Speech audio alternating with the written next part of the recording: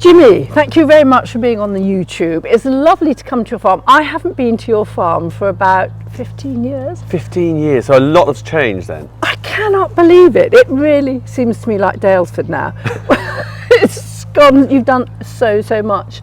And it's a shame that Michaela couldn't stay, your wife, because as you said, she's done a lot of the gardens here. Oh, absolutely. I think with the gardens particularly, she has a real flair for that, and it's something that is in her, the love of plants, the love of creating. Yeah. And often with the farming side of things, I can often be a bit over practical and just go, well, we just do this. She goes, no, we need to soften the edges, or we need to, this would be great for whatever else. But I think that without her and her input, this would be a vastly different place. And I hadn't realised that her grandmother was the first ever female student at Wisley. Yes, completely. And so it's in her genes, and her father created gardens all over the world when he was with the Gurkhas. That's right, he was Lieutenant Colonel of the 7th Gurkhas and spent a lot of time in Pokhara, recruiting young Gurkhas. They lived in Hong Kong. Michaela was born in Hong Kong. Travelled all around Germany, obviously stationed in various different places, and wherever he went he would create gardens. He would buy houses and do them up, and he was very into architecture, but the gardens were really important. And Michaela's mother and father then moved to the south of France, where they created a beautiful garden in Gascony, and so they're always creating, and I think that's one thing that Michaela's has been with her. And in one of our bathrooms, her grandmother's certificate is there, graduation certificate, so it's always a reminder. And what date was that? I can't remember what the date, it was, like in the 1920s, but the specific date I can't remember. But that love for her of creating is so important, you know. I could see on the whole sense of coming here today, you should drive through the lanes and you could see all the cattle and things on the way. It was really lovely taste. And then you come up your drive and you've got those lovely old fruit trees. Yeah. And then you've got these wonderful courtyard spaces, typical of farmyards. Yeah. And you've redone all these buildings that were wrecks well, these were when all, you came. All derelict buildings. So this would have been the grain store in front of us. So that was the restaurant. Yes. And when we took that over, it was totally derelict, and I used to keep pigs in here. And one of our very first litters, it was a British lop called Ethel, and she gave birth, which would be that part of the restaurant there. I remember she had about 13 piglets. I was really impressed. And you were hands-on? Yeah, completely. Well done. When we renovate it into the restaurant, a lot of all the old ironwork that held the timbers together, we've repurposed as door handles, or the grain elevator, the chain, was part of the balustrade in the restaurant. So we've always tried to be sympathetic, and all the furniture's handmade in the UK. It's all wood that's been reused and repurposed. The floor came from a factory. So we've always tried to recycle, and that's the story of the farm. So this was the old cattle yard, and the dairy herd would be in here, being fed in here, and then taken to the milking parlour, which is now a shop. And Michaela built all the surrounds of the garden from all the old bricks, the old Suffolk red bricks that we dug out of the ground behind. Wow. So it's all, you know, it's all about make, do and mend. And when you read your book all about Jimmy's farm, which is just excruciating at times, because it's what, badly written? The battles, the tribulations, and you've done it on a shoestring. No, I mean, I know when you do telly, they always love Jeopardy. Yes. But I had to say, my God, you didn't have to make up any Jeopardy in your case. And we still don't. There's always Jeopardy. And anyone that runs a business knows that. And it could be anything from being a hairdresser, you know, to plumbing business or banking or whatever it is. If you run your own business, there's always Jeopardy. And you've got it in spades, haven't you? Because you've got the farm, so you've got all the things with grants and animals and staff. Yes. And then you've got all the wildlife parks. So you've got all these different and then you've got the weather, so you're dependent on the weather. So that is the other aspect, which there is always Jeopardy. It's always the wettest. Well, you could have all your ducks lined up and say this Easter is going to be our best Easter.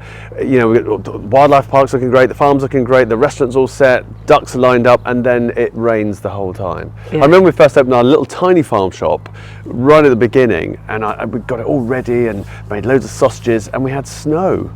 And all the pipes froze and everything. It was like this. It was a flood. It was terrible. But you never can tell. But it does make you a bit more resilient. Always prepare for the worst, I think, you know. But you are, I would say, definitely a glass half full, aren't you?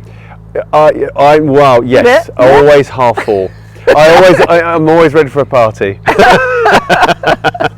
Anyway, so let's go and look at your herb garden. So you've got a butterfly house here, you've got polar bear. Yes, so if I explain the farm, we have our working farm. Yeah. So we have our cattle and our pigs, and the beef and the pork goes straight into the restaurant.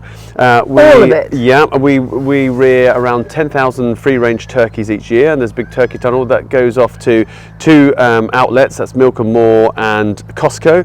And then we have the events side of the business and the public facing side. So we have the restaurant, we do weddings and events, and we have a few little shops, and then we have the wildlife park, which grew out of the farm park, where people wanted to turn up and see the pigs. As that developed, we thought, you know, we're rescuing lots of different animals, we need to get serious about this, and we applied for our zoo license, which were granted about 9 years ago. And now we're dedicated not only about preserving traditional rare breeds of livestock, but also helping animals that have found themselves in difficult situations. So rescue monkeys, ex-laboratory monkeys or beach monkeys, Diego the brown bear that was going to be put down in Sweden. We rescued a polar bear, as well as being part of international conservation programs like the Tapir Conservation Program. Wow, so when you're providing habitats for this wide range of species, do you do a different type of habitat that's befitting for the animals? Yes. Because that fitting into the Suffolk landscape. So yeah, completely. So you've got to look at the animals and what does it need. So something for a polar bear, lots of space, good line of sight. They rely hugely on their sense of smell. So olfactory stimulation is really important. Thermoregulation, they've got to be able to keep cool when they want to keep cool. So hence large area woodland in shade. 3 big pools, very, very deep. If we look at the wolves, how deep are those pools? One pool's 16 metres deep, so it can really swim down and maintain its temperature. But then you look at an anteater, we say, well, Basil, he wants areas to forage, he wants to be able to rip open dead wood, and then you have to put, I suppose, artificial stimulation in. So we would put tubes in that he can feed from, or we'll put toys in for the monkeys. We built a monkey playground, as well as having big mature trees for them to climb in. So you've constantly got to think of how to stimulate animals. It all seems to me that everything's at a very low stocking density. Yeah. The pigs don't seem squashed and upset, you know, they seem chilled out and relaxed. Yeah, completely. And that's your whole ethos, that they have a space. You have the space so they can move away. So for example, when people come to see the Arctic wolves, they say, well, we can't see any of them. Well, they're in a 6-acre woodland, so you can't always see them. You have to sit and be patient. You have to come again. You have to come again, exactly. So it's about giving the animal space. The stocking density for the pigs, for example, is very low. Same with the turkeys and the cattle. But that all comes at a price as well, because the idea of high stocking densities is that you make it more affordable.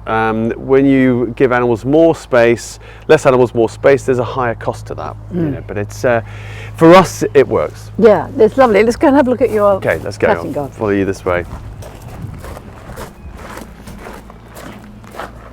These areas are brilliant, aren't they? Well, yeah, little areas that cover. That's the other thing. You're always open to the elements. So you want areas where the public can get out of the way and a bit of shade. So, Jimmy, explain what's going on here. So these are our 4 beds here that we grow a lot of our herbs and a lot of veggies in, and you've got them all in nice lines, which makes them easier to manage, and they look really nice like that, don't they? Well, it's an area where people can come in and sit and just chill out and enjoy what's growing, and everything is, we don't restrict people to say you can't do this, you can't do that. So a lot of the herbs that are closest to the edges here are things that kids can touch and smell, and that's really important. Get them involved, and when we've got courgettes growing, if kids are there and they pick one, the parents are, don't do that, or don't touch the strawberries. I'm like, no, take them and eat them. Same with the apples. Get involved, and we're not worried about that, you know. And for kids to come in and see rhubarb growing and then go into the restaurant and see rhubarb on the menu, the whole cycle is really important. That's really nice.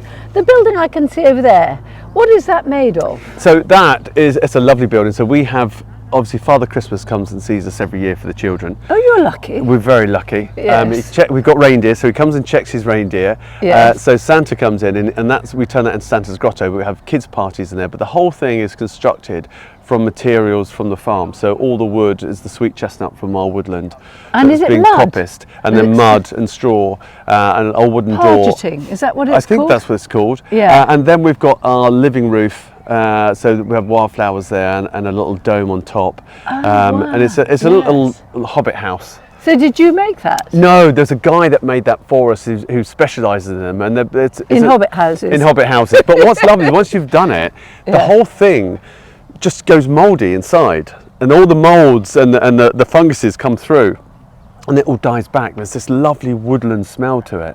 It's great, and it's got a wooden floor in and little lights and stuff, and so it's quite a magical little place for kids when we have school trips to be in.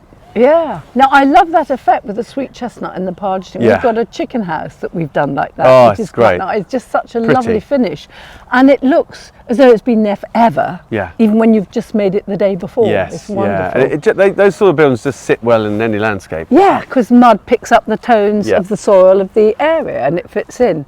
So this is Darwin's garden, is Well, it? yeah, it's what remains of Darwin's garden, and Yeah. the orchard's encroached into it, and it's changed so much now because the reason I built that, I did a show for the BBC about Darwin's garden. It was called Darwin's Garden, and what a lot of people don't realise about Charles Darwin is that the theory of evolution and his amazing exploration around the world to underpin and the beginnings of the theory of evolution. A lot of the work to the nuts and bolts of it were carried out in his house, down house in Kent, but in his garden and in his greenhouse. He was obsessed with fancy pigeons and the idea of artificial selection. So when we're breeding cattle, you'll select that bull and that cow to get this better offspring. He worked out that was happening in nature, with natural selection. And so all the work that he did, all these little experiments he did, we created the same sort of thing here. But now it's turned into a different garden now. But what I love about that is that you've got Charles Darwin, a pivotal person in science, changed the world, but done by his garden. And that's how important gardens are. So you don't have to go to the Amazon, you don't have to go around the world to understand the mechanics of nature. You can do it in your own back garden. He did this great experiment of how important worms are in the environment, how important they are as engineers. And he had this, And this was way back in the 1800s. Yeah, it's 150 years ago, isn't it? Yeah. And so he put all these big stones in this paddock. So a paddock full of these stones, and he measured how quickly they started disappearing, and by doing that he could work out how much soil worms could move and how important worms are in regenerating nutrients in the environment. And I love that kind of science. You don't need massive laboratories or anything else. It's great. I wonder how long it would take for a stone to go underneath. But Well, he would know. He It's would all written know. down. I always think they say when you put a mulch on, a 50 mil layer of mulch on the soil, you double the worm population within a year, they reckon, because you're stimulating all the bacteria and they pull the bits down. You just see how quickly worms appear, and any compost heap, you've got Dendrobina worms all over it, everywhere. And when we have school groups here, and I'll say to them, so this is predominantly a livestock farm, what's the most important livestock on the farm? And is it the chickens, is it the pigs, the cows, is it the sheepdogs? I know it's the worms. Yeah. The worms are the most important livestock because they are taking all the nutrients and bringing them back down, they're aerating the soil, the very thing that gives us our daily bread. And when you tell these old boys, don't dig, because when you actually dig the soil, you're disrupting the worms, you're reducing the population, reducing all the mycorrhiza, the bacteria, because they're very rich in that top layer, particularly the bacteria and things, and it's so detrimental. And we've been digging for ever. Well, I think only now we just realising after the Second World War, the whole driver was getting food out there, and there was a movement away from traditional methods into chemical agriculture. The companies like ICI that were almost seen as part of the government, and if you weren't using these chemicals, your farm could be taken away from you during the Second World War. So everyone went, this is what we do, and it had great results. And then a number of generations have thought, well, this is how we do it, and the soil is just a substrate, but we're only just learning the importance of the life in the soil, of maintaining the health above the soil.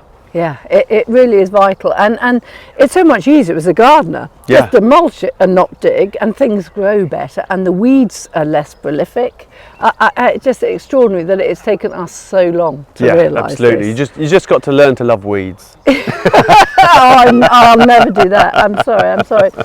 Okay, so what I love about this is the whole way your farm just beds into the landscape. You know, for Suffolk there's nice hollows and humps, and you've got little patches of trees and hedgerows on the horizons. Yeah. It all seems just to fit in. It does seem to me like my vision of Cold Comfort Farm. Oh right, so Starkadder and his mates. Yeah. As it was back in England when it wasn't all flattened and manicured and everything. It just seems naturally, with all the blossom of the, I suppose that would be that's slow, isn't it? The blackthorn that's in blossom now. The hawthorn will be coming shortly. Well, I love it when the hedgerows come alive with that. It's almost like it's snowed. It's great. I love that. But one of my favourite books is a book called The Farming Ladder, about two brothers that starting up a farm, and they were given these chickens from a guy that was going off to the First World War, and that was their seed to start their farm, and their ethos was about chickens was the seed. Yeah, a few chickens. I think there's some light Sussex, and when the guy returned, they gave the flock back. It had grown by threefold plus a profit, and he couldn't believe it. So, well, you keep them, and that was the beginnings of the farm. And it was all about livestock in terms of always doing the best, and the ethos towards nature.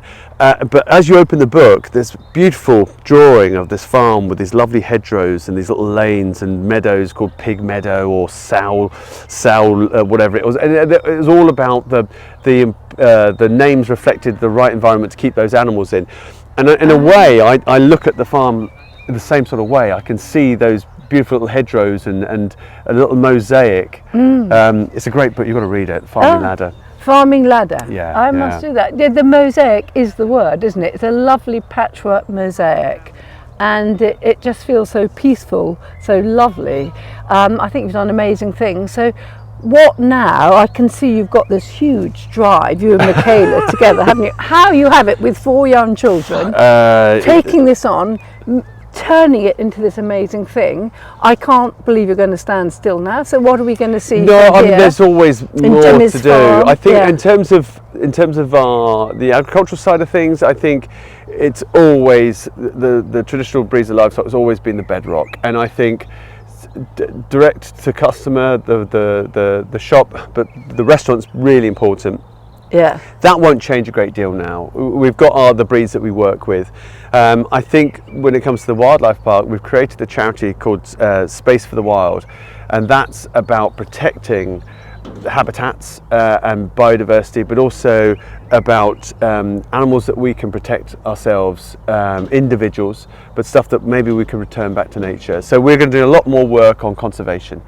The wildlife. What sort of breeds? Oh, so in terms of, we've rescued the polar bears, brown bear, but and you're bringing them here? Yeah, they're here, and we've done a lot of work with the Barbary macaques. But there's a project in Sri Lanka where this amazing organisation called the Foundation for Guinness is training youngsters up to be qualified divers, but also in replanting coral reefs. So we're looking to raise money to help support that, and also to rear little batches of coral that we could support them with as well. So it's never ending. There's a million projects to get involved with, but I think for us it's what we can do locally, nationally and internationally in terms of conservation, but also at the same time promoting the importance of farming to promote better biodiversity and habitat creation. Fascinating. And if people want to help with the coral reefs, what should they do? Well, if they look for Space for the Wild on Instagram, on our website, if you go to jimmysfarm.com, or if you follow Jimmy's Farm HQ on Instagram, there's lots more information. Oh, brilliant. Thank you very much for doing this. I'm so impressed. I cannot believe the change from when I was last here. You have done miracles. Well, don't leave it 15 years this time. Don't come back sooner. I will. Thank you.